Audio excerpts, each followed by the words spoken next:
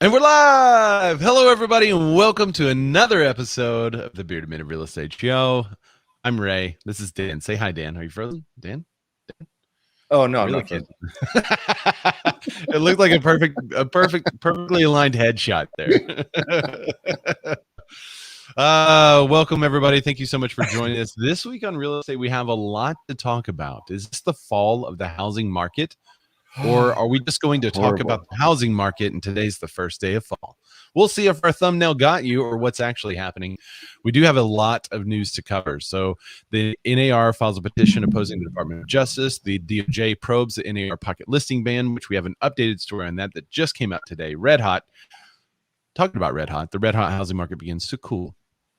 Bidding wars are at their lowest level. Although August housing starts are better than expected, existing home sales fell 2%. Is this the fall? Is this it? Is this it for sellers? Have sellers missed their chance? This is it. It's down. It's downhill now. Not only that, there are some representatives that want the eviction moratorium ban put back in place. We'll talk about that. And what just happened to single family zoning in California? Did it go away completely, is my understanding? And then there's an article from the Wall Street Journal that we want a lot of real estate opinion on, consumers and real estate professionals alike. It says real estate agents gear up to fight to save their commissions. And then we have an article. If we have time, we'll get to it. It's kind of a little over my head, so I'm asking for help. If you are a lender or an appraiser, I want to know what this means long term. But lenders are mandated now to use FHA Catalyst for appraisals. That's a back-end system that they have to upload these appraisals to and allows for more data collection from the government. Don't worry, folks. They've already been collecting this data, but it's been in 11 different systems previously. So they're moving from that. They collect it from your phones too, so it's already there. Well, I mean, Zillow gets it for them and just shoots it right to them. Yeah. So just kidding. So I want to know what this means. Is a good thing, bad thing? Supposedly it's going to save millions of dollars, like $20 million every year, which I'm all about more efficiency and the government not spending my money. You know, maybe they'll give a tax break. So we have a ton of news articles to cover, and if you're joining us live on Clubhouse, you can raise your hand, and we'll actually be able to come to you, and whatever you say will be forever in the annals of history. You will be immortal. You will be immortalized through our podcast as long as we can afford to pay for the hosting, because it'll go out on on our podcast. It'll go out on YouTube. It'll be on Facebook. And it'll live on forever on the podcast, and you'll have your voice voicing your opinion or your thoughts on what we're talking about today. So you can join us on Clubhouse. We're in the Real Estate Networking Club. So if you just type in Real Estate Networking and look for the clubs, you'll be able to find it and see our room there. If you're joining us on Clubhouse, be sure you follow that club and also follow all these wonderful moderators who are up here. They're going to help us bring up other people that have stuff to say about any of these articles. And if they flash their mic, I'll be able to come to them live. If you're joining us on YouTube or Facebook, you could comment, and then we could talk about your comment or talk about you. Like there's Melissa Mara. Speaking of Mara Nara, she says, it's Mara. It's Mara. Emoji. Is it the hug emoji? The Salt Lakers, they're joining us saying we could all just live in our beards. Who is the Salt Lakers? I don't know, but I have a concern. We have a couple of people we know in Salt Lake that joined the show. What'd you say? It would be one of those impossibilities to live in our own beards. Like I'd have to grow the beard bigger than myself. Way bigger. You'd win all the bearding competitions. Yeah, because I could live in my own beard. Why no faces? Wait, what? What does she mean? She not see our faces? That's a concern. See us on YouTube. There's a concern. Christina M. Smallhorn. There she is. She said, "That's it. It's crashing. It's all going to explode." And she knows. It's all done. And she says she's kidding. She's kidding. And yet I guarantee we'll see a thumbnail with fire in the background on her YouTube channel. Melissa Var said, Dan is right. He said it correctly. The way you said it would be less R, and I would be loaded into owning a sports team. Lauded. Uh-oh. She says, no faces. I see you, but I don't hear you. If that's true, Melissa, then I don't know what's going on. I just opened up the YouTube link and we're there. Yeah, it must be on your end. Sorry. Julie Moon said, any articles today about how values in Athens, Georgia are being affected by the Georgia Bulldogs? Go Dogs. No. No, ironically, doesn't look like even the Bulldogs could pull out. No, sorry. Let's see. Patrick Ellis Home Inspection says slight sound delay on YouTube for me. Interesting. I'm doing that. I'm just doing that specifically to Patrick, though. So it's fine for everyone else. I'm only delaying it for him. Making people go crazy. Don't hate the players of the thumbnail game. I don't hate the players of the thumbnail game, Christina. We play it. Today we're doing fall. I could have done fire. We'll have to do fire. We'll find a way to work in fire in the next show. So we'll see. All right, Dan, before we get into all these articles, I see your cat back there. Before we get into all these articles, would you tell people what our show is actually all about? Yeah, it's about cats. Okay. No. Welcome to the show about cats. Okay. That sounded so ASMR. Yeah. Welcome to today's show about cats. Hi, everyone. My name's Dan, and this is Ray, and we're going to be talking about cats. Hey, when I met Ray, no, don't turn that way. They'll see your butt. When I first met Ray here on the interwebs forever ago, before the internet was created, I had an idea for a show because I am, in fact, a bearded man of real estate. And when I met Ray, I noticed something very interesting about him. What was that, Dan? He's always had a dream to colonize Mars. So I just finished the book Martian, and it is amazing. Actually, a lot of people don't know this, but no, it's not NPR, Salt Lakers. It's ASMR. You've got to look it up. I actually got invited to space recently, and I had to turn down this invite. But all my life, I've been interested in the colonization of other planets. So, Dan, you're exactly correct. I don't know how you do that. I just know things about you at this point. We've known each other since The before Martian. the internet was. Yeah. If you've not read the book The Martian, it's incredible. And then go listen to it. Will Wheaton reads it. Very good read. The movie's good, but I'm not going to be that guy that's like, oh, it's not like the book. There's just so much detail that's covered in the book that they couldn't possibly cover in the movie without it being like the Hobbit 3 hour. Well, and that's usually 3 hours per movie. That's usually what I find. Like, have you ever read Jaws, like the book? No. It's not at all the same as it's told from the point of the shark. But anyway. Really?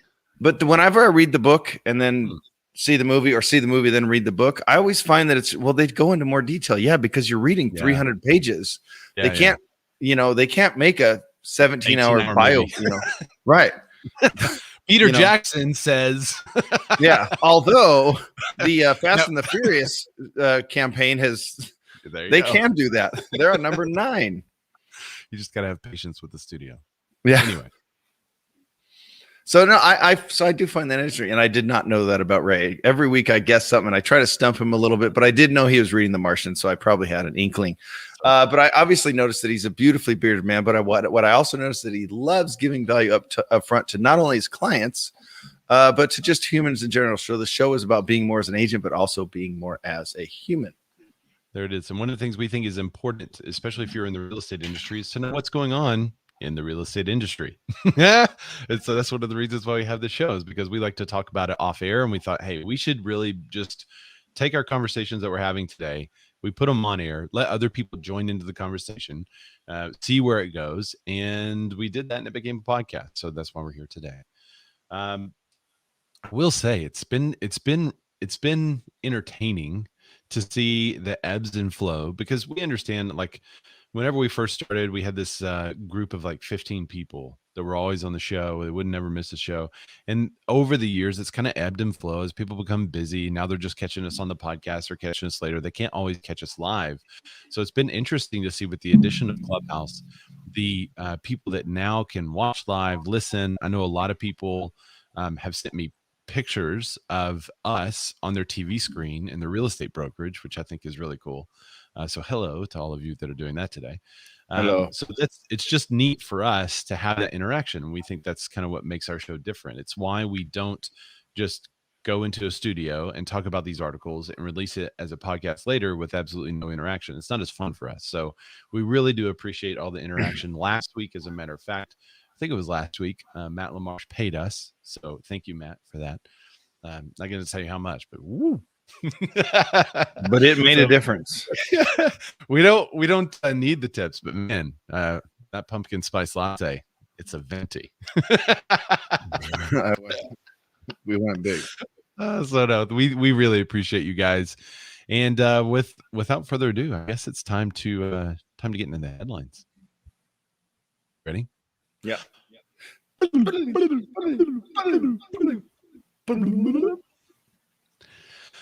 right. So the first article. If we were doing ASMR, by the way, Carly Garland. That's a very.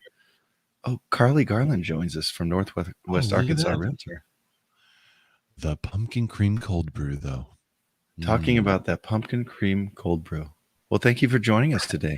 I haven't gotten into the cold brew thing yet. I don't fully. I like hot coffee, and I don't.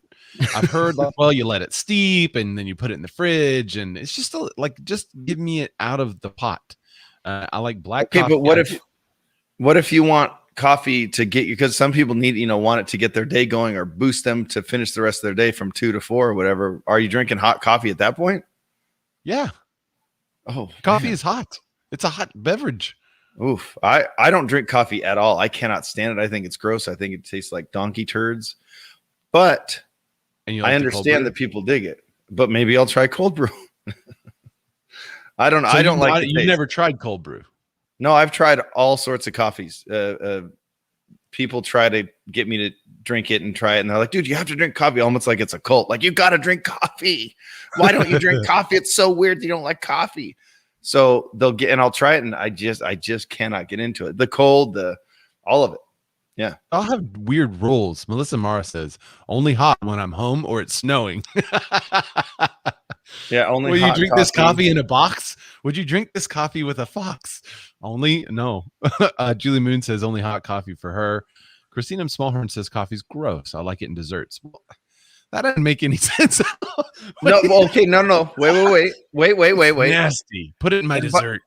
And by the way, if you hate our banter, just go to the timestamps down here on the YouTube video. But anyway, no. She is definitely right. Because it's not as prominent in a dessert. And Christina, you can disagree with me if I'm wrong, but I think what she's saying is if there's a hint of it there, it'll just add flavor, and that's fine. But coffee straight up is gross. Have you ever had coffee crusted tuna? No. I made that the other day. It was phenomenal. I'm also not a big fish guy. Carly says she's a fake coffee lover. Can't do black. Only lattes, lots of sugar. Yeah, okay. All right. So you're a dessert coffee lover too. All right. Flavor accent. There you go. Exactly. It's a flavor accent. You guys are drinking coffee like what's something that is very light? Turmeric. Melissa Mars said on rough days, coffee with Kahlua or Bailey's. Yeah, a little coffee liqueur. It's gross in dessert. So Julie Moon likes it hot, right? But won't do dessert. Yeah, so y'all have weird rules. I just like coffee, but not cold. That's not a weird rule. That's a normal rule. All right. Speaking of normal rules, out of all the things we discuss on the show, coffee. Coffee. Oh, okay. No, maybe this is a better one. Speaking of bitter, the NAR files a petition opposing the Department of Justice action. All right, so the National Association of Realtors today, and this was on September 13th, so it wasn't actually today, it was last week, but we missed last week's show, so we're bringing this one back. The National Association of Realtors filed a petition in court in Washington, D.C. to quash the U.S. Department of Justice request that reneges on the terms of the settlement agreement. The agreement is focused on various multiple listing service policies, was approved by the Justice Department in November of 2020. In a news release issued, the NAR called the department's attempt to withdraw from the agreement after the NAR had already begun to implement the terms a breach of the agreement and the law. The NAR's guidance for the MLS has long been recognized by the courts to be fostering fair and competitive real estate markets for home buyers and sellers. Having buyer brokers' compensation come from the Listing Brokers Commission increases competition by allowing small brokerages to compete on a level playing field with large brokerages and promotes equitable home ownership opportunities for all consumers. The association said today in a release. The NAR's president, Charlie Oppler, CEO, Prominent Properties, Sotheby's International Realty, Franklin Lake. Okay, he's got a long title. The DOJ action. Here's his quote. This is what I kind of wanted to get to. The DOJ's action should be considered null and invalid based on legal precedent alone. The DOJ must be governed by principle, and NAR simply expects the department to live up to its commitments. Advancing and defending independent and local real estate organizations that provide for a greater economic opportunity and equity for small businesses and consumers of all backgrounds and financial means is what NAR is committed to. All right. Right. All right. So there's no update on this yet. You can read the full release, but go to magazine.realtor. You'll see this filed September 13th. NAR's files a petition opposing Department of Justice action. Curious to know what other people think about this, especially real estate agents. It does seem that the NAR's policies will foster competition in smaller brokerages because, for instance, if the brokerages didn't all have to play nice, right, then you could have a big broker like a Zillow just say, hey, we're not going to pay any of you guys anything. Right. We're going to be able to buy houses from our website, and if not, then we're not going to pay you. Yeah. And when you sell your house, we're also not going to give you any of the proceeds. We're going to do what we want. Yep, we're going to do what we want. We're selling it for you, so we're going to take up to 70% if we want. I mean, So it does seem that the rules, as they're currently stated, foster competition. The big thing that I think they're missing in all these news releases, I know we've talked about it in the past. I feel like I'm kind of beating a dead horse about it. Yeah. But if they didn't split commission, if buyers had to pay their own commission, then there's a whole segment of buyers that wouldn't be able to purchase a home. And the impact would be on those that are probably the most disenfranchised already. And I think that's a bigger deal than NAR is making it. And you could easily point to the DOJ in this case and say, are you guys going to be racist bigots? Because you're basically making it impossible for some people that have been disenfranchised to get legal representation to purchase a home because they have to come out of pocket with that. But they're also coming out of pocket already with a down payment of 3.5%. Some of them are going 100% financing with special deals. And so now they're dealing with a professional real estate agent representing a listing. A professional negotiator. A professional negotiator. And you're wanting them to take on that all by themselves and have no representation or protection in the open market.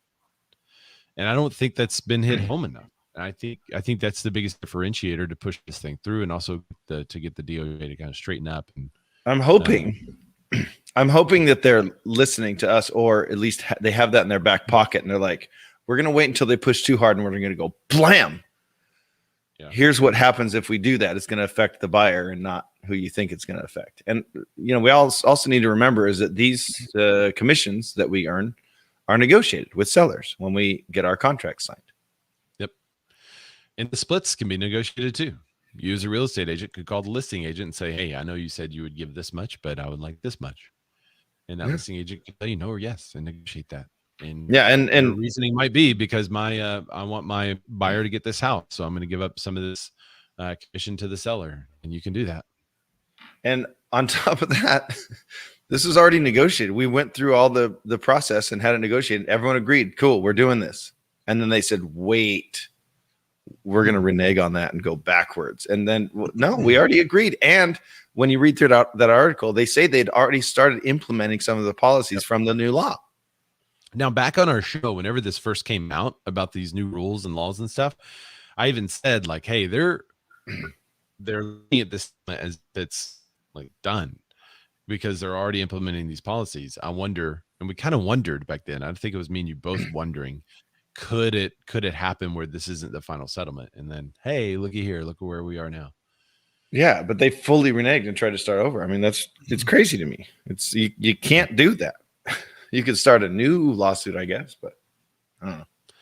Well, let's continue on the NAR DOJ train and talk about this article. It's from Housing Wire. It's on the Housing Wire Plus, but the article, the information is also otherwise. But I kind of found the best summation here on the DOJ, or Dan, or you did. but it's a good article. Yeah. Sorry, I've got to produce for a second. Okay. All right, so the DOJ probes NAR pocket listing ban, but the National Association of Realtors stated Monday that they will resist a demand from the information by the Biden administration, which they say illegally ended a consent decree. All right, so a communique that the National Association of Realtors fired off Monday gives clues on what Biden administration's probe into the real estate trade group looks like, with one area of investigations they are on pocket listings. The Justice Department announced July 1st that they unilaterally withdrew. We've kind of already talked about this. Chicago NAR was blindsided. Copy the civil. All right, I'm going to let's skip to the good stuff that we haven't covered yet. NAR slammed the request as untenable because there are hundreds of realtor associations that own multiple listing services across and spread throughout the country, and some have tens of thousands of members. A clear cooperation policy, meanwhile, is what's better known as the prohibition on pocket listings. Agents who are members of the MLS under NAR's umbrella must post a home listing that to the MLS within one business day after marketing it. All right, so that's basically the thing that they're looking at. Is this rule legal or not legal? What was the big thing that brought this on? Was it the PLS? I think it was the PLS. And it was pocket listings is where it came from, because things were being sold off market and not going out to the masses to be equally marketed to.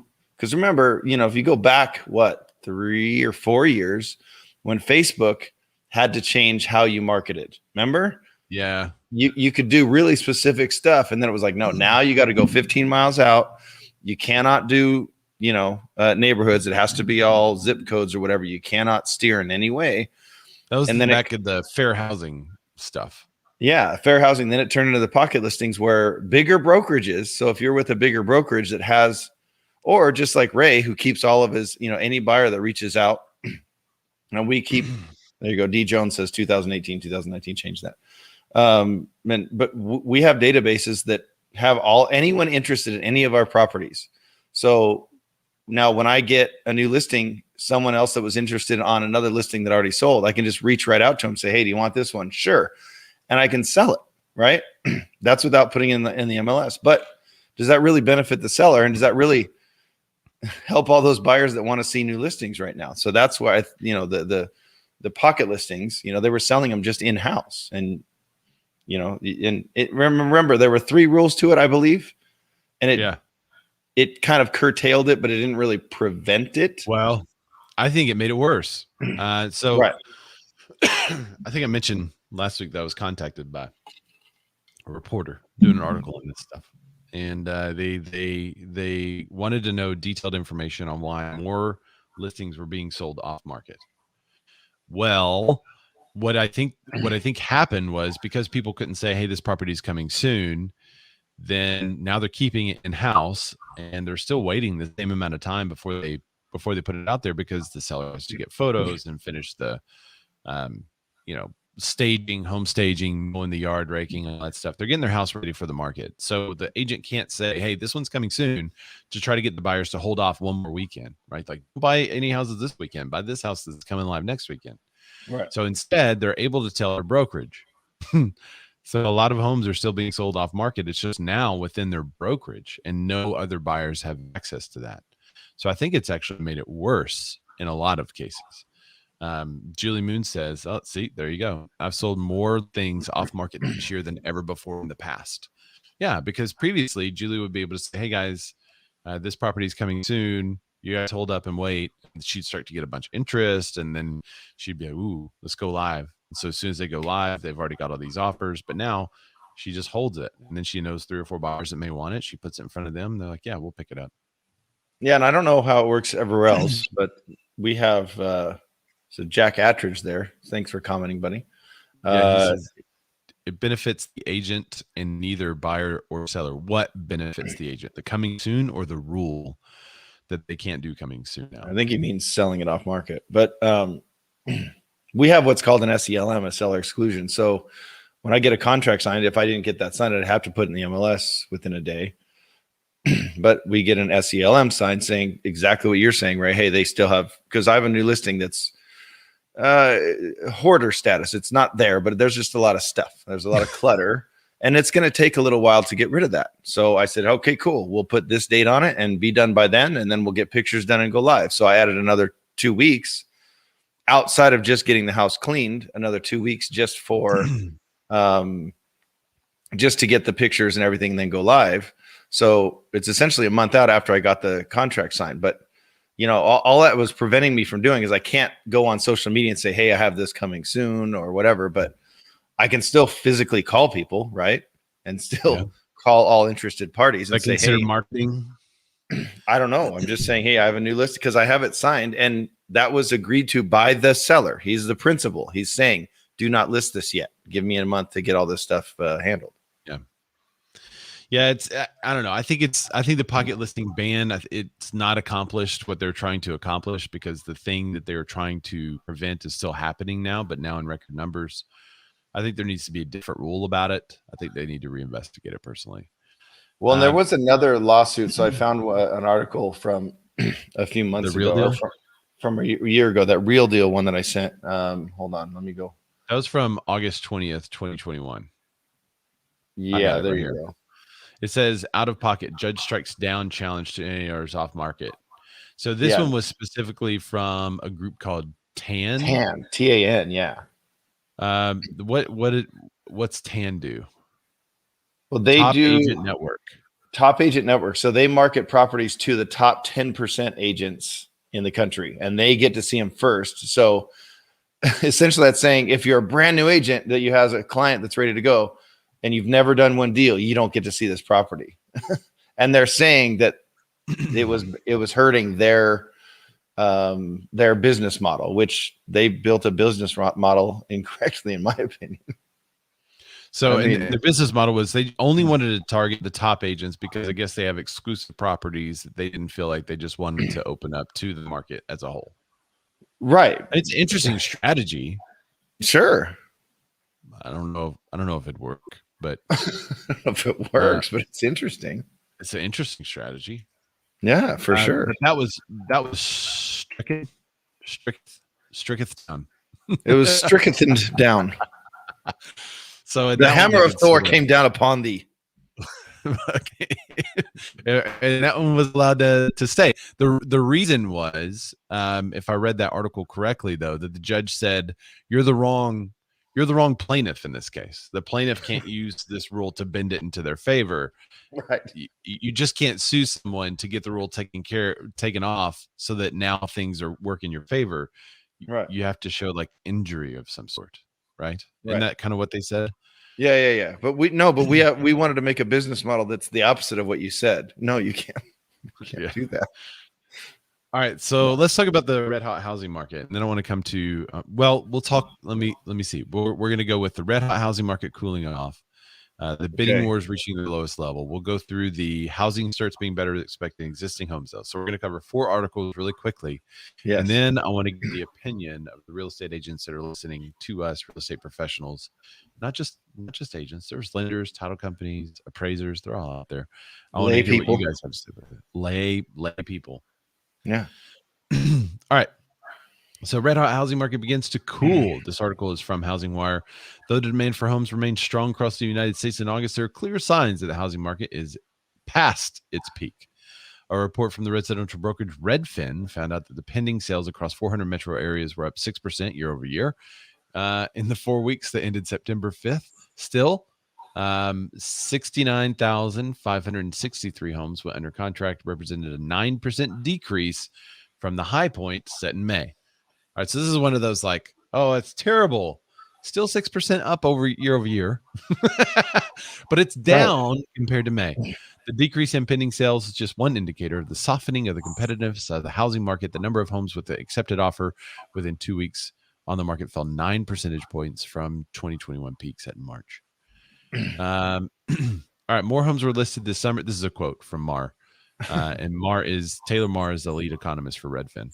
More homes were listed this summer, but they were quickly snatched up by home buyers as bidding wars have become more and more rare, which leads us into the next article. Bidding wars reach its lowest level. This one is on Realtor Magazine.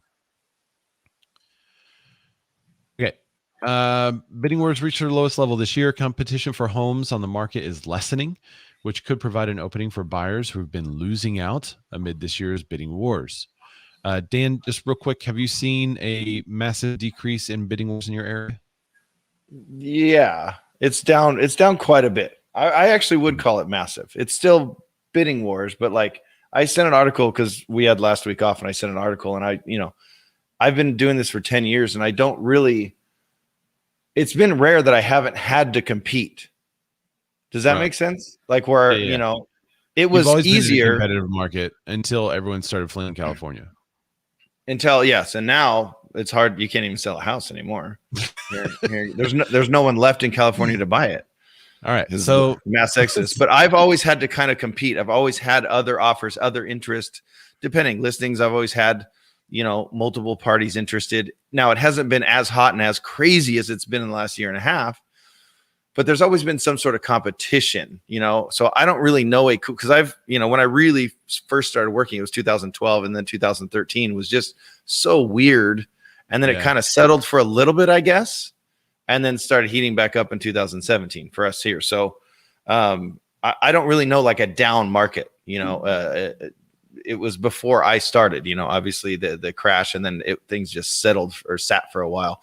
So I don't really know that kind of market where it's if you market a house property, just a normal market. I don't really know a normal market, but as long as you market, it's still there. When things do cool off, you'll still have to market a home the right way to get it sold, but it'll still sell as long as you're doing your job.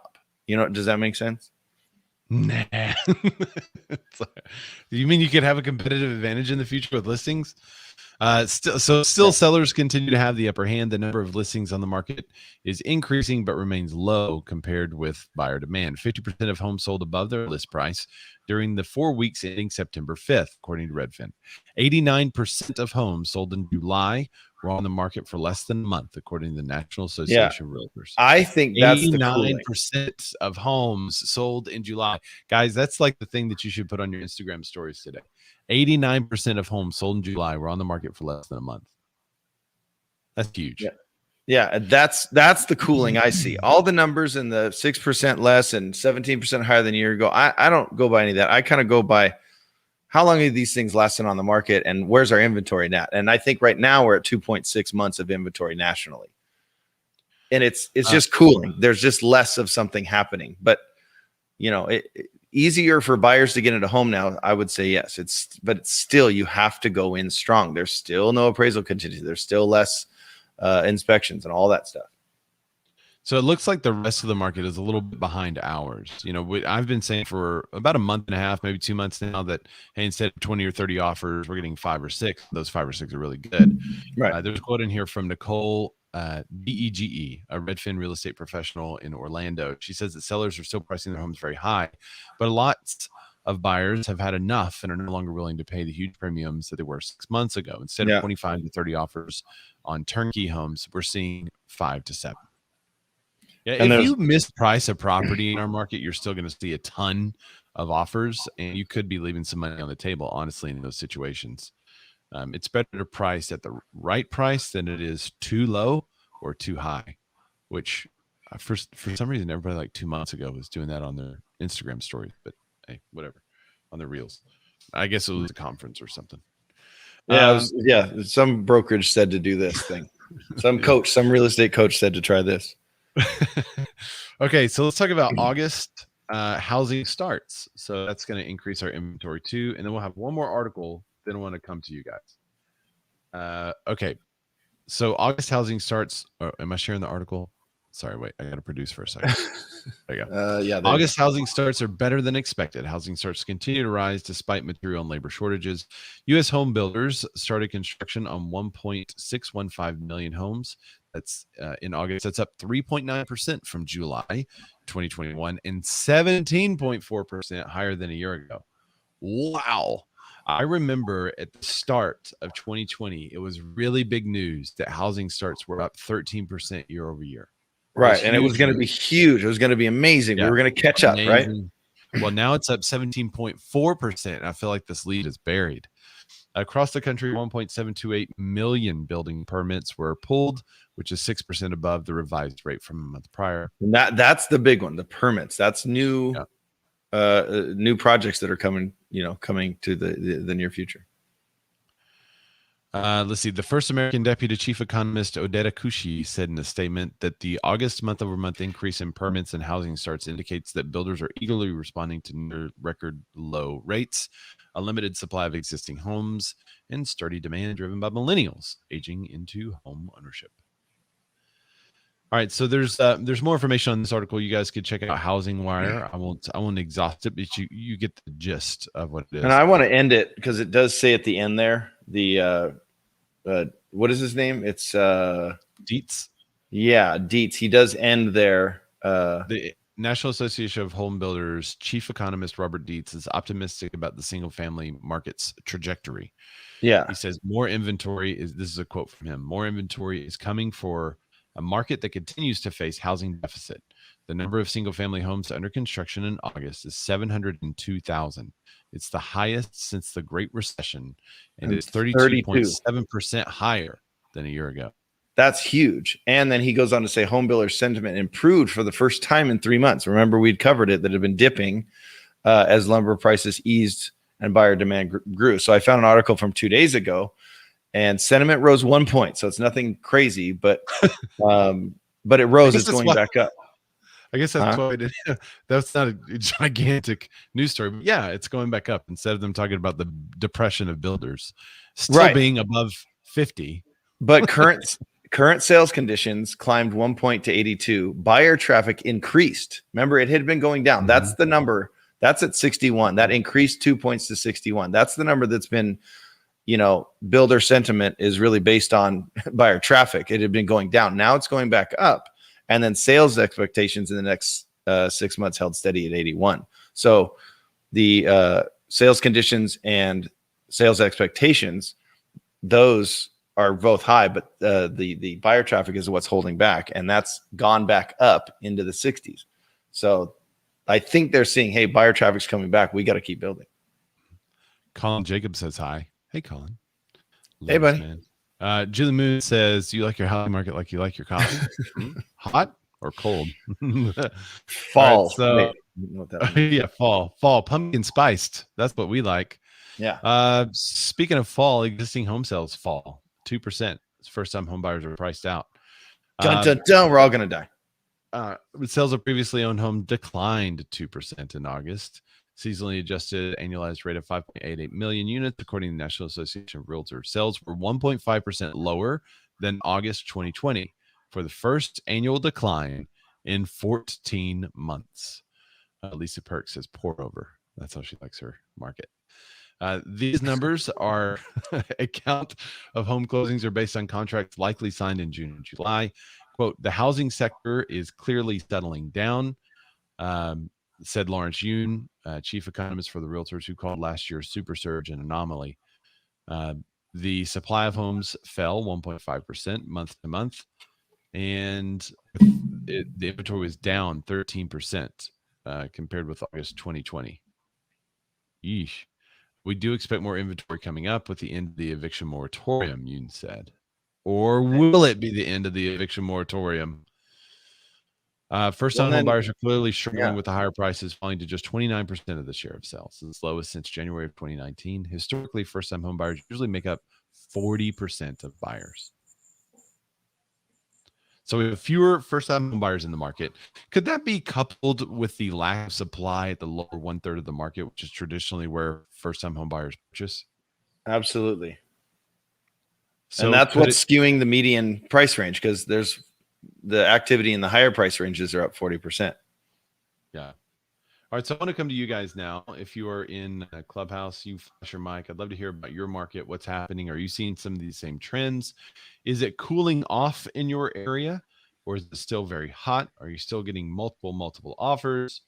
What's going on? So just clue us in. We covered 4 different articles there about the economy, or no one can join too. That's fine. And we'll just wax poetic. Okay. All right. Jan, I convinced Jan to say something. He had a very meager one mic flash mic. Okay, so He's like, Jan, all right, fine, I'll speak yeah, up. I'll it was say clearly something. an all right, fine. I'm here. All right, Jan, thanks for Oh, joining the right. show, man. Tell us where Of you course. work and what's going on in your market. Okay, Ray. This is Jan. I'm a real estate broker from Southern California, Los Angeles, and South Bay. And like most of the country, I mean, it's part of it is seasonal. You see that it always is slow down a little bit because people get excited about vacations or doing whatever they want to do. But other than that, it's the frenzy is a little bit slowed down, but still, it's a very healthy market, I call it, and those things are getting enough viewership and offers. It's not like 20 or 30 offers, but still solid offers. And the good thing is the buyers are all qualified and ready to move, and sellers are also on the same range that they're more serious. So I think part of it is with the whole pandemic, the whole shift in how the viewing of the home and for someone to view an open house, or I mean, before that we didn't have as much open houses, but for them to even see a house, they had to provide their pre-approvals, and all the legwork was supposed to be done. So that has been very helpful, and that's why I think it sort of helped. That's one of the few benefits of the COVID, and but other than that, it's just still very healthy, and but it slowed down a little bit, and that's my market, and I yield the mic. Thanks, man. And he brings up a great point. One of the side benefits to this crazy buyer's market is that, or crazy seller's market, is that buyers are super prepared, super prepared. Where previously, in the normal market, or the 90 days on market average, or 120 days on market average, you would have a buyer that would get pre-approved after going under contract in some cases. And we would always tell people, no, you need to do that beforehand. You need to do that beforehand. You need to do that beforehand. And sure enough, you find out that the agent that has the offer on your property, that was just a general approval. They weren't actually approved. They just had a light credit pull from some kind of agency. So it's definitely a much different scenario. We're even getting proof of funds for a buyer's down payment in some cases. If they have to put $4,000, $5,000, $6,000 down on the house, and then we'll get a pre-approval for the loan. And if the lender does not mention the funds available for the down payment, then we'll ask to see a proof of funds for that too. Jason Bates joins us. Oh, wait, Salt Lakers says the shift is about to hit the fan. You think it is, really? I think it's going to be so slow. Jason Bates says, is the market cooling off because buyers are tired of getting beat up, outbid, and decide to exit the process? That's some of what I'm seeing in the Phoenix market. I think there is some of that. I think people are saying, you know what, I'm just going to wait until the end. Yeah, and I mean, go ahead. Well, they feel they've been going through this a long time, and I have a set of buyers that are now in escrow and we're pushing towards closings. But they went through 6 months of this, and they went through tons and tons of ups and downs, and they did not give up. At one point we took a break, but they did not give up. We got back into it, and now they're in escrow on a beautiful house. So I can only imagine that some buyers are like, dude, I did have another client that she's like, I'm going to try it. We're going to try this. We went in an offer. We went in as strong as she could go, and she got beat out, and she's like, all right, I'm out. And that was her one offer. She's like, I gave it a shot. I'm going to wait until it cools off a little bit. So I assume that's part of it, but it's a little bit of a, how do you double-edged sword, because interest rates are still at 3%, whatever they're at, 3.03 or whatever they're at right now. So buyers are like, I don't want to be doing this, but I have to do this. Yeah, we all know they're going to go up eventually, and then home prices are probably going to continue to rise too. They'll just rise at a slower pace. Home price gains will slow. Yeah. Well, speaking of stronger, did you see? Sorry, go back up to D's. I'm going to come back to it. Because I found an article. Okay, good.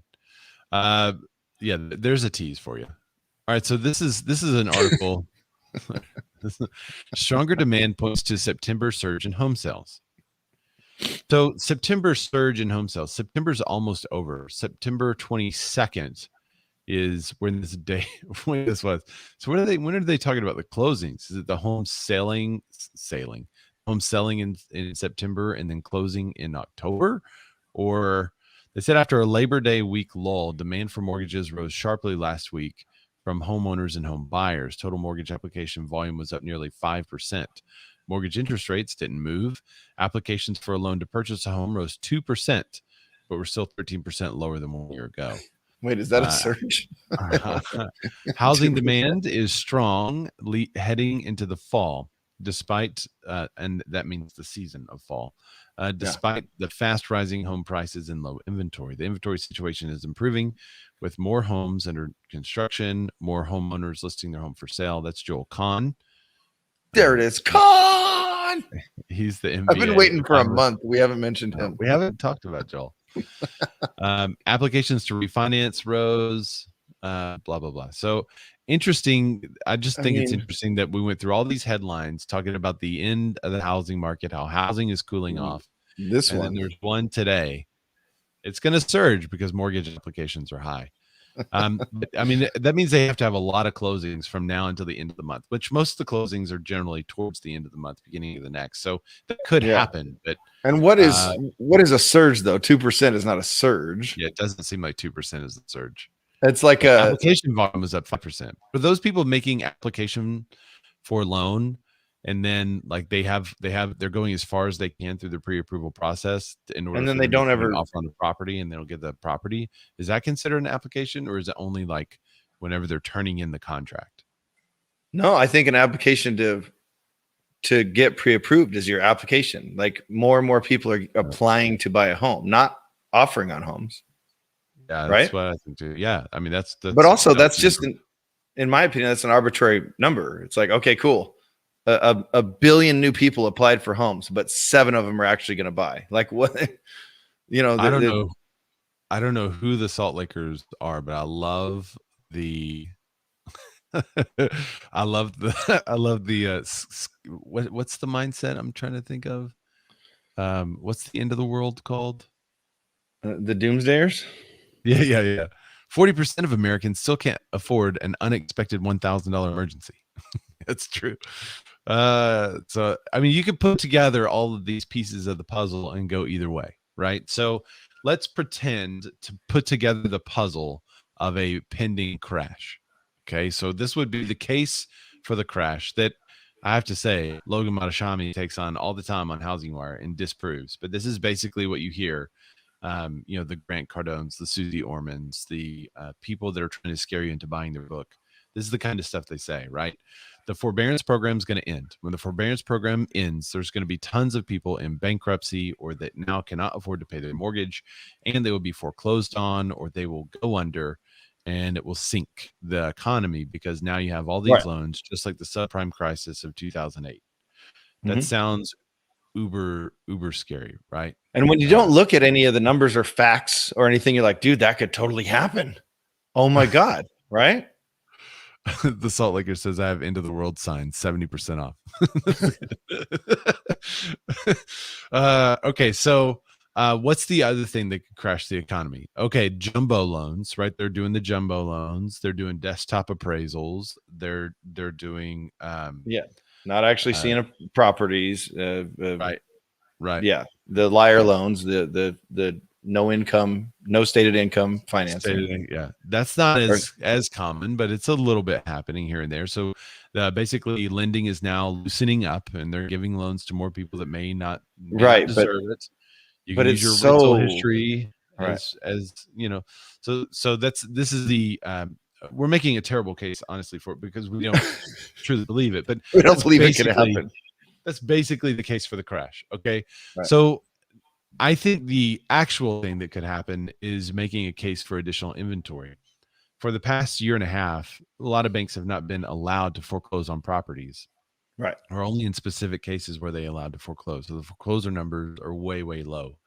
You're going to hear an uptick in foreclosures when those moratoriums end. And I don't think that's a bad thing. There's foreclosures that happen every year. It's not necessarily a bad thing. It's just what has to happen.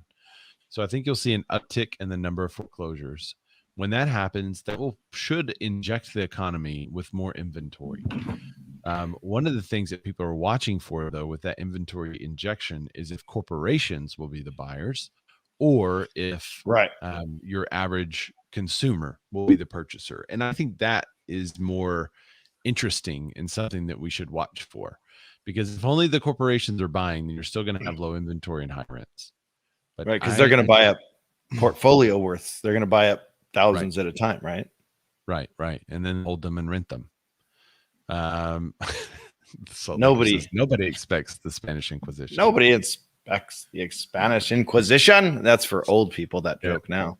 So I just don't see. I just don't see it happening. I don't see a crash coming. So it would be more. Let's not watch for a crash. Let's watch to see. When more foreclosures come to the market. Let's see who buys them. Because that's how I've said it the entire time. Is that yes, it's unfortunate that someone has to get foreclosed upon, but it does help alleviate. Inventory that is extremely low, and most likely they may not have to be foreclosed upon. They've built equity over this last year and a half that's never been seen before in our country. Yes, there's, as a matter of fact, that we did an article 2 weeks ago, or no, that was a month ago, that talked about since January, $33,400 has been added. I think that was longer ago. Homeowners equity. So, so just don't see it happening. Now there are people playing politics with housing, and I think in those situations, believe it or not, wow, with your shelter. All right, so here it is. I'm just going to cover really quickly. You guys should know what's happening. You should also call the NAR and potentially maybe these senators if you're in the area. Representatives. This one Bush is crazy to me. Senator Warren introduced a bill to reinstate the federal eviction moratorium. Dude. Let's see. A group of Democrats on Tuesday introduced a bill that would reinstate a federal eviction moratorium as the Delta variant of the Rona fuels outbreaks nationwide. Now, you might be saying, "Oh, this is an old article." Nope. No, it's not. Let's see. Legislation by Representative Cory Bush of Missouri and Senator Elizabeth Warren of Massachusetts would give Department of Health and Human Services permanent authority to not the CDC. Permanent authority to enact an eviction ban during a public health crisis. Permanent authority. Say it again. Say it again. Dan, permanent. Permanent is a pretty, that's a long time. And I'm this one drives me nuts. Permanent authority. It gives the government permanent authority. Whoever wants that in any verbiage over anything that the government is doing? Permanent authority. That's forever, Ray. That's forever. Permanent. That's what I hear. Huh. Well, so the reason why they're going this route is because when the Supreme Court struck down the moratorium put in place by Biden's administration last month, the majority of the opinion contended that the agency lacked the power to implement it. So let's just give somebody the power to implement it. That solves that issue. Okay. Doesn't it? But okay, it's also it says during public health crises, right? So in the future, let's say something comes up like a new flu strain that's like a little, 0.001 deadlier than the regular flu. And they're like, public health crises, no evictions. What? No, we're all fine. Everything's fine. Don't do that. They could just unilaterally do whatever they want. Permanently. Seems like no quarter given, that's what I say. But that's just me. All right, so we wanted to mention that. You guys call your senators if you don't agree with that, or if you do agree with that, you can call your senators too. But you may also want to call them either way. But here, can I bring up a stat real quick? Yeah. And I don't know if you hit it, but about 10.7 million renters are behind on their payments, according to the Center on Budget and Policy Priorities. Did you hit that one? No. Okay, so do you know what that means? That means we need to help others. That the property owners of those. No, Dan. Those are the wealthy. Stop playing devil's advocate, Ray. Don't do that. Okay, so here's where this is why it's fun to watch Ray and I, because he goes one way, I go the other. But on this stuff, it's like, dude, so 10.7 million renters. That means that, and this isn't individual units, I don't think, but that means that there's all of these property owners that don't have any income coming in. And I keep going back to the same thing.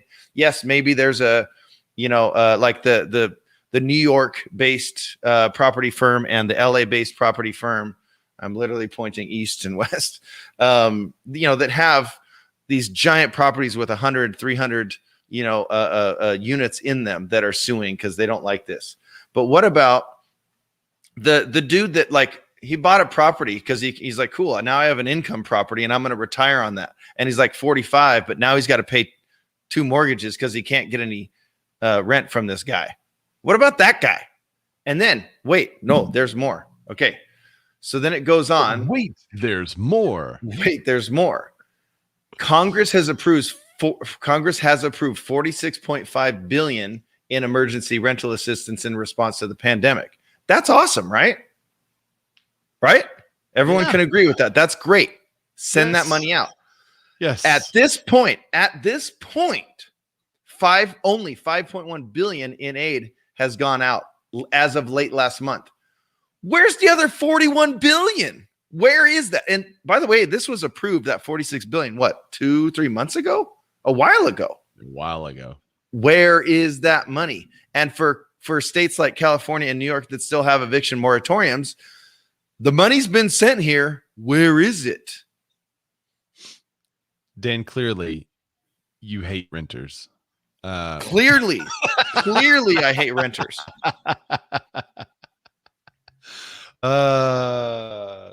Clearly. Yeah, so call your NAR, call your senator. I agree with Dan. It's funny. Dan is a bleeding heart liberal. I'm mostly conservative, but I would say that on most everything we agree. Yes. Yep. Isn't that weird how you can literally you can watch it happen live where Ray and I agree on most things, but I go one way, he goes the other, and we still agree on things. Isn't that weird, America? Isn't that weird? Mike Elizabeth Rodell says, tax the rich. Put that on your dress. There you go. Yep. Oh, you already did it. I said you should have painted that on your dress the other night. She went to a special event. Let's see. Can't put that one up. Salt Lakers. Hilarious comments on YouTube. Julie Moon says, I don't think there will be that many foreclosures. She was talking about the Spanish Inquisition we were talking about earlier. It's collecting interest. Have you seen the stock market? Yes. All that money is being set aside right now in the stock market. All right. So Dan, you're in Cali. We have some other people in California that are in Clubhouse and also watching us on YouTube. But something big just happened with single family zoning in California. Right, Governor Gavin Newsom, who is appreciated by many. He actually, I mean, when you look at the numbers for the last recall election, it got shot down exponentially. Apparently. But yes, you know what? I honestly, I think there are a lot of people that wanted him to stay so that they could have something to point against too. Though I think that went both ways. But anyway, sure. The first, he signed 2 bills meant to make it easier to build more housing in California. The first is Senate Bill 9, makes it possible to build more than one housing unit on land that was previously designated for only 1 unit. Now, this one on the surface is interesting, and I think the right way to go, because if you have now, it does state like you can't, farmland and land. How did they say it in the article? Land that's highly likely to flood or anything like that, you can't do it there. But if you have a 10,000 square foot lot and you want to build an ADU on it, just makes it easier, which I understand that. The SB 10 is the one that I'm concerned about. But the SB 9, what? So SB 10 allows for denser development near public transit corridors, such as buses and train lines. Why are you more concerned with that one? Okay, but my cat's doing the thing again. So here's my issue is that these areas are already denser areas. Like when you ride the train, you're not going through a bunch of rural areas where they're going to start building. You're going through downtowns. You're going through cities. And these cities, a lot of times, were harder hit and have had a train line carved through their streets. So they're already dense. Now what's going to happen is they can either, if it's now able to be zoned R2, they can now add more density, we can further densify. I don't know what the word is here. We can further add density to our already dense population in these areas. It's majorly concerning to me, because also the bigger concern is I'm watching our beautiful hills and our beautiful, landscape being eaten away by new construction. I literally watched the top of a mountain get cut off and boom, there's houses there now. We don't necessarily need more new construction here in California. We need things in place that help sellers, loosen up and sell their homes. But we have plenty of homes. But I get it. I understand, because it's just hard to get a house. So if I can just, it's cheaper to build than to buy, right? Well, usually not necessarily with lumber prices, but if I can just add into my backyard, add a house back there, cool. Then my family can live with me. But the density is what I'm concerned about. We're just going to end up living on top of each other, because all the roads and all the everything will that become the infrastructure is going to be stressed. It's already stressed. The potholes are insane in most parts. I think water, electricity, power, all that stuff. It's all going to be stressed even more in our infrastructure. And I'm speaking mostly of LA. And if Jan said he was South Bay, so I always joke that's the other side of California for me, even though we're not that far apart, but he's on the other side. I don't work his area because it's really only 50 miles, but it takes you an hour and a half, 2 hours to get there. But he can probably speak to this because he's in those areas and it's already very, very dense. So I'm concerned. I understand the sentiment behind it. I understand why they're doing it, but I'm concerned about what this is going to do for the future of construction, because we're already building houses on top of houses, like literally, and house hacking. And house hacking. They're already, yeah. Our potholes have nothing on Jersey, Melissa says. But so I'm concerned about what it's going to do, because houses are already shrinking down to, we call them patio homes, where it's a 2,500 square foot house on a 2,600 square foot lot. And it's just, they're all just jammed against each other. And that, to me, that, like when I look at where Ray lives and just the beautiful landscape and everyone's got these huge lots, and it's like, hey, I understand more people want to live here. I get that. Don't tell. But people. I know, but Arkansas is horrible, by the way. You don't want to move there. Anyway, you would hate it. But I'm concerned about the future of just more and more densely packed people, and people getting angrier, and they live on top of each other and they hate each other. This one gives me great anxiety. Didn't they say that they'll allow now 2 dwellings on a 2,000 something square foot house? So now, or square foot property. Yeah. The subdivided lots have to be at least 1,200 square feet. And then they'll have to approve 800. And the units have to be at least 800 square feet. Right. And so imagine that's just a tiny little lot with a tiny little house. And then it also, if you go on, it says something about units up to 10 or buildings up to 10 units as well. So it's just going to, Well, Michael Elizabeth, she gets it. And you can't be concerned about density when we all know everyone is fleeing California. Yeah. Right. Every other article, every month, which is true. But where's Christina M. Smallhorn? Because this is like right up her alley, talking about the tiny homes and the development of tiny homes. Could you see more? Like, I would think that there would be parcels of land. So I can't imagine like a development sitting in California right now that's not being built on. Like, what are the reasons? The Melrose? That, like, I can't imagine a single family development sitting there not being built on currently at the current prices, and a developer saying, you know what, we really need 800 square foot homes on this one instead of 2,000 square foot homes on this one. Right. So I see what you're talking about, more densely packed people. I see somebody. My concern isn't about the size of the home. It's about the homes per lots now. If they can keep making these lots smaller. Right. You know what I'm saying? And I mean, maybe. Well, maybe. I mean, that would be cool to have a development of tiny homes out there just to house more people in a smaller area. Right. But I think there's a couple of things that's kind of boggling my mind. One is the impact on infrastructure, which you were saying. Yes. But isn't this also going to negatively impact the outskirts of areas in California that are being developed with larger lots and things like that? If somebody can get in, won't that slow down the progression of the rural development? Is it a good thing or a bad thing in California? Rural development is great as long as it's, because when I go to the outskirts, farther away from things, then that's what you do see. You do see the houses that with the bigger lots and all that stuff. So that's where I would be concerned, where they're going to start adopting what the more densely populated areas do, And all of a sudden now, because what can that builder do? That builder can put more houses on the space that on the land that they owned. And that I don't know. I'm worried about this one. The first part, what is it? SB9, that one's good. And it does have a bunch of caveats, a bunch of asterisks. So that's good because it helps. If you already own your house, you can add another. It makes it easier to add on an ADU essentially.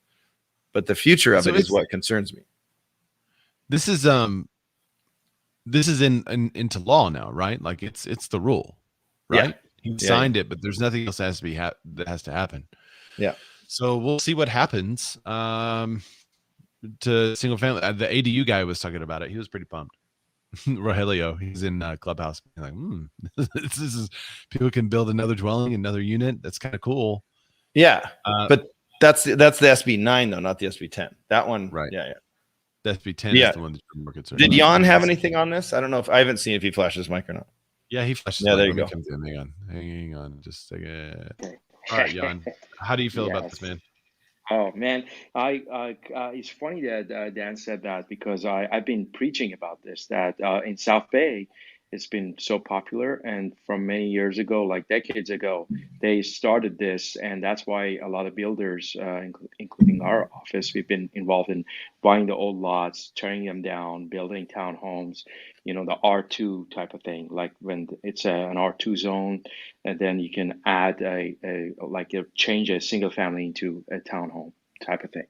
So this is it's been great for the city of, for example, Redondo Beach or South Bay, and this could be great for the whole Los Angeles and California as the big picture. And I think it's great, but like Dan, I'm kind of worried about what it could bring in, like the density, and because it may not be planned out or thought out from this point, because it's just the idea is great, but then how about, like, LA is terrible when it comes to transportation, to traffic, stuff like that. So have they thought about that? Have they do we have the infrastructure for something like that, of that magnitude? So that's my concern. And the cities will have their own overlays, like the city of Manhattan Beach, for example, for the ADUs. They had a lot of overlays that kind of made it impossible for you to do that. So it's interesting to see how it plays out as it comes to practice. But the idea is good, and it's going to help. And I think it will, to a certain extent, add to the frenzy for the single family home. I always joke around that this was the COVID impact, the drive and excitement about single family homes versus condos, because people were staying in their homes and they were just trying to find a better place to stay, so a backyard and stuff like that. So this will just add to that level of excitement, because they will see a potential financial benefit in buying a single family home versus a condo or a townhome. So, but I'm just kind of worried about because they do something and they never think about what's going to be next. And then when we are there, then they try to put another policy in place, and they just, it's like, just they do whatever they can at that time. So that's my concern of, like, the city planning and what's ahead. So that was my 2 cents. Yeah, and I love that because he's in the more city version. I'm technically outskirts from him, but still very densely packed. But yeah, so I'm glad we get an LA agent on there, and it does have it does specifically say, because he kind of mentioned it for the lower income housing. So it says units reserved for low income housing or that had been rented within the previous 3 years could not be altered or demolished. That's a big one. Altered, I think, is a little far reaching, because what if it's in poor shape? You need to, fix it up, right? The point is to avoid reducing the supply of rental and affordable units. So you can't come in, buy a lot, tear everything down, and then build up, whatever you want to build up on it. Yeah. So, in a lot of areas, the planned unit development areas and things like that, neither one of these is going to make a difference, because they're all going to have their rules. And like even Jan said, the cities themselves are going to have overlays that make some of this impossible, but they're all going to have their rules. They're all going to have, the covenants and restrictions on properties that make it impossible to do. but there could be newer areas, newer developments, or even old ones that there's no longer a POA. There's no longer anything governing how the usage of the property is other than the owner of that property. Yeah. Those areas are going to have some interesting things pop up. So I'm really curious to see how it's going to affect some of the older areas of California, maybe some of the areas that people are talking about that are going through the gentrification. What's going to happen then if the homes are smaller and more compact? Could it be Right. then more approachable for the people that are currently in those areas renting? They then purchase. So we'll see. We'll see what happens. But Chuck has a I great would agree. point. If you want to bring down what you see, there you go. Chuck Lynn, he says, where's all the water going to come from for the extra building? Here in the Antelope Valley of California, lots of flat land, but no water certificates for building. Yeah, and we're already constantly short on water, right? Water certificates. It's opposite of what Kevin Costner thought would happen. Okay. Sorry. I was talking to my kids about Waterworld the other day, trying to explain it. And they're like, so he turns into a mermaid? I was like, no. It's like a normal person. He just has gills. All right. We're going more towards Mad Max, less Waterworld. Yeah. So this last one, we're going to have to hit really quickly because I got to go. Wait, let me share this. This last one comes to us from the Wall Street Journal and reposted by, what's this other? Daily Rolls? I don't know what that is. I know. Too. Let's just get to the meat of the article is still the same as what it is on Wall Street Journal, but there's no pop-up telling me to turn off my ad blockers. Residential trade is bracing for a problem with commissions charged by the gross sales brokers that would put downward strain on charges paid by dwelling consumers and sellers. So this is basically the first whole half of this article talks about what we've already talked about. The NAR says that the present fee construction additionally encourages extra competitors by giving all individuals in native multiple listing service companies equal entry to info on obtainable properties. Basically, the NAR is committed to advancing and defending independent and local brokerage organizations that provide for greater economic opportunity and equity for small businesses and consumers, including first-time, low, and middle-income buyers. That was Katie Johnson, who's the NAR's normal counsel. I wanted to address this article because it's been mentioned several times, but honestly, this is more of, it seems a bit more like an opinion piece. Dan, did you have time to read through this whole thing? It's basically a summation of everything that's happening with the FTC and with DOJ, and it kind of puts some of those pieces together and talks about it. But there's really no conclusion, and it doesn't talk about how realtors are gearing up to save their commission. Right. It's essentially just using the press release that NAR gave out earlier. So the whole reason I wanted to talk about this article was not even to address the points that are made by the article, because there really aren't any. It's more or less to address real estate agents who look at this article and go, oh no, like, we have to protect our commissions. What do we have to do? And you read through this and you can just get all kind of worried, but they're just restating everything that's already happened. I didn't find it. Did you find anything new in this one? No, at the end, it does say plaintiffs' allegations plausibly show that the buyer broker commission rules prevent effective negotiation over commission rates and cause an artificial inflation of buyer broker commission rates. But it doesn't ever say how we're gearing up or how we're going to fight it. It's just, I think, that's basically from that there it is. U.S. District Judge Andrea Wood in Illinois sided with the plaintiff dwelling. So we've already talked about that. Right. So real estate agents, and we remember we did add to it. Now the buyer's agent commission is transparent. It's on all those websites now, right? What the buyer's agent is making too. So real estate agents, if you look at this stuff, don't get worried because the Wall Street Journal releases an article about this and you think it's saying something you don't know.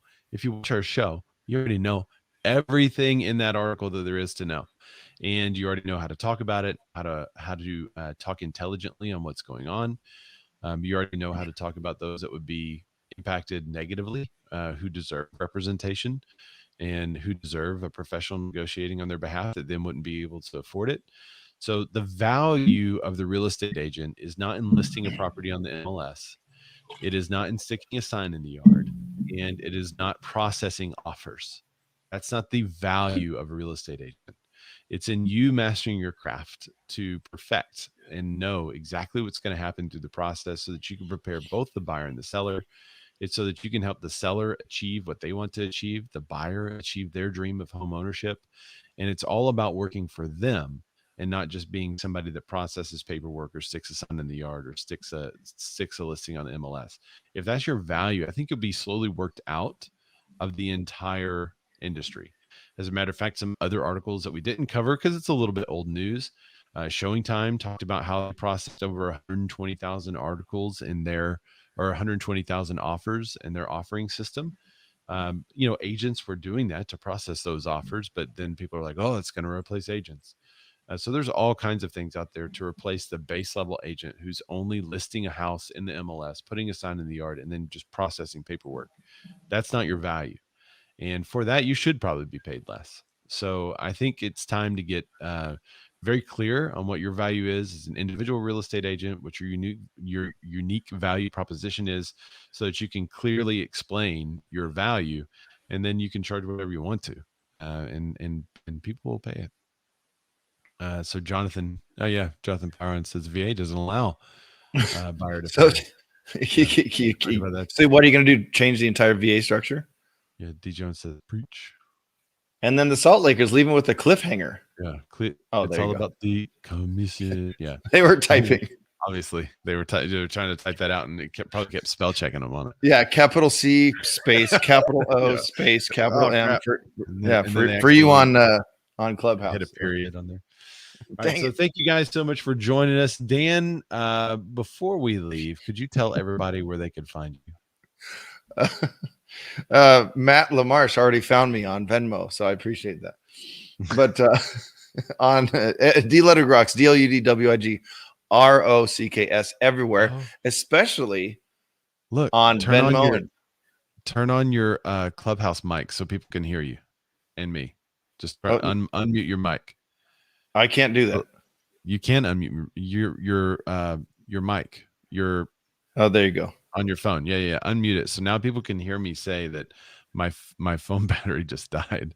Oh, wow. Hi. It's terrible. So sorry about that. I interrupted your outro because my phone battery died. So hello, everybody in Clubhouse on Dan's phone.